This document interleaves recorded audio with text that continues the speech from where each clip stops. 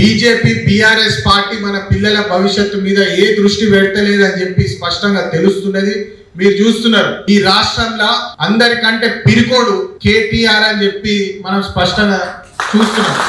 మొన్న ఏదో వీడియో చూస్తుండే నేను, ఏం చేస్తున్నారా ఇలా 30 కేసులు ఉంటే కానీ నువ్వు లీడర్ కావరా అని చెప్పి బడకాయిస్తున్నాడు. అంటే ఆయనేమో హీరోయిన్లతో తిరగాల, స్టైలిష్ గా అమెరికాలో పోవాలా, మాట్లాడాలి, ఇంగ్లీష్ లో మాట్లాడాలి, కానీ మన పిల్లలు మాత్రం కేసులలో ఇరుక్కొని జైళ్లలో కూర్చొని ఊసల్లెక్క పెట్టాలనా? ఇదా కేటీఆర్ ఆలోచన? తెలంగాణ పిల్లల భవిష్యత్తుతో ఆడుకుంటున్నాడు ఒక పప్పు శుద్ధ కేటీఆర్, కానీ అంతకు మించి ఏం లేదు ఇక్కడ దుకాణం అయినదని చెప్పి స్పష్టంగా తెలుస్తున్నది.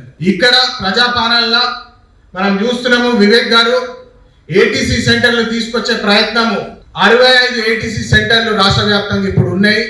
ఇంకా 65 ఏటీసీ సెంటర్లు కొత్తగా పెట్టాలని చెప్పి ఏదైతే ప్రయత్నం చేస్తున్నాడో, ఒక్కొక్క ఏటీసీల 200 మంది స్కిల్ డెవలప్మెంట్ చేసుకోవచ్చు.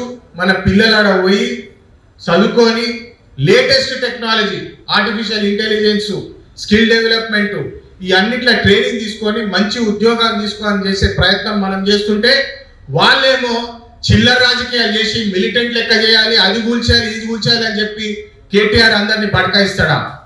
ఆ రాజకీయం మనం ఒప్పుకోవాలన్నా?